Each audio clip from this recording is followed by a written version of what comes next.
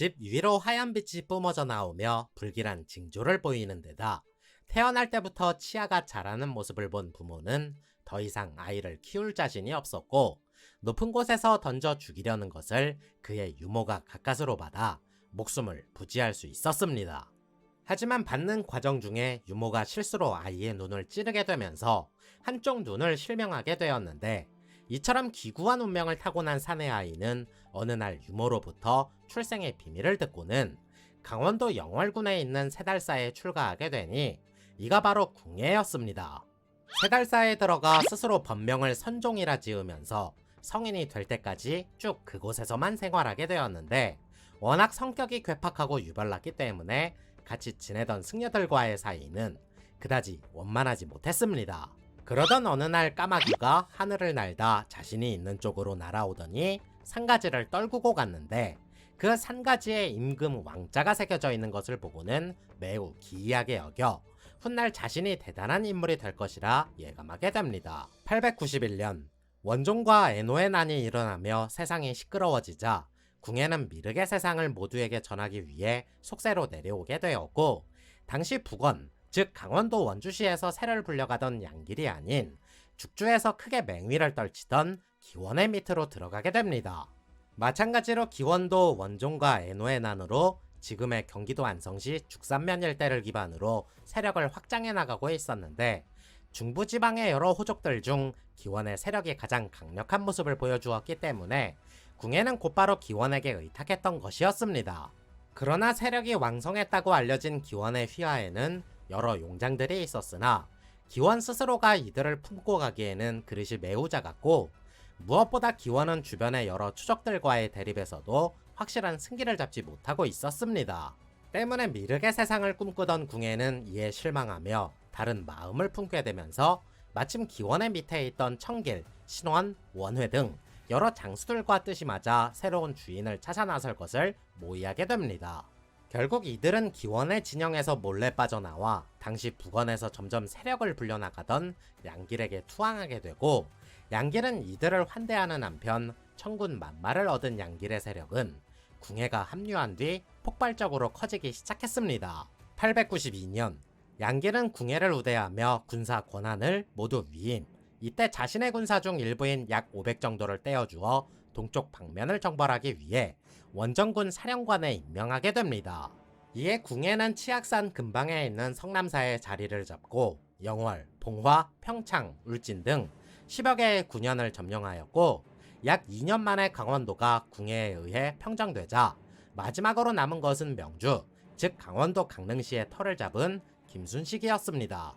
김순식은 강릉의 성주로서 강원도 속초에서 삼척까지 태백산맥을 기준으로 동쪽 일대를 모두 아우르는 중부지방 최고의 호족이었는데, 신라시대부터 대대손손 영동지방에서 권세를 누리던 호족이었기 때문에 궁예로서도 강릉 정벌은 쉽지 않은 도전이었습니다. 그러나 궁예가 대관령을 넘어 강릉에 도착하자 김순식은 전투 태세에 돌입하기보다는 스스로 성문을 열고 나와 궁예를 맞이하였으며, 궁예보다 더 막강한 군사력을 가졌음에도 궁예에게 항복하게 됩니다.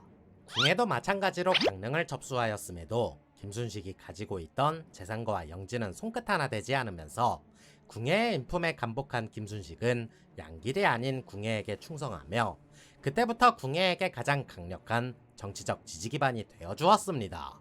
여담으로 김순식의 진짜 성은 김씨가 아니고 이후 고려가 건국되면서 왕씨성을 하사받았기 때문에 고려사에는 왕순식으로 기록되어 있는데, 궁예가 몰락하고 왕건이 고려를 건국하였음에도 928년까지 고려에 항복하지 않았던 인물이었습니다.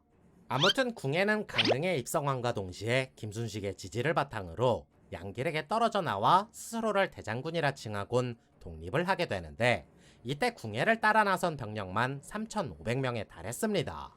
895년 독자 세력을 구축한 궁예는 인제, 화천, 김화, 철원 등을 정벌해 나가기 시작했고, 1년 후인 896년 철원을 도읍으로 삼아 세력을 안정화시키는 한편 토상군을 넘어 패서지방으로 진출하면서 황해도 지방을 정벌할 계획을 세우게 됩니다. 당시 황해도 호족이었던 박지윤, 황보제공, 유천공, 왕룡 등 패서지방 호족들이 대거 궁예를 두려워하여 투항하였으나 연안군 호족이던 유궁수는 궁예를 인정하지 못한다며 줄곧 맞서게 되는데 궁예에게도 유궁순의 전력은 상당한 골칫거리였습니다.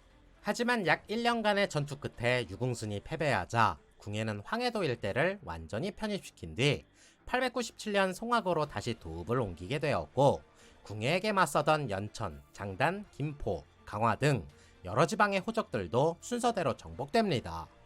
899년 궁예가 약 5년 만에 강원도 북부, 경기도 북부, 황해도 북부 지방을 점령하며 광활한 영토를 손에 넣게 되자 다음은 자신 차례라고 생각했던 양길이 궁예에게 먼저 선전포고를 하면서 중부지방의 패권을 놓고 드디어 양길과 궁예가 충돌하게 됩니다. 주변 호족들을 규합해 연합군을 만든 양길은 비뇌성, 즉 지금의 죽주산성이 있는 경기도 안성시 죽산면에서 만나 대접전을 펼치게 되는데 양측 모두 자신들의 영토에서 긁어모을 수 있는 병력은 다 긁어와서 붙었음에도 전투는 싱겁게 끝이 나게 됩니다.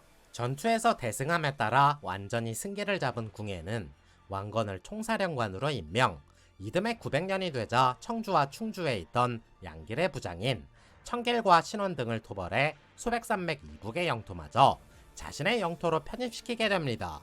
결국 청길과 신원 등은 궁예에게 패배하자 곧바로 투항하였고 양길이 지배하던 남한강 유역 일대를 모두 장악하게 되면서 궁예는 한반도에서 가장 절대적인 전력을 손에 넣을 수 있었습니다.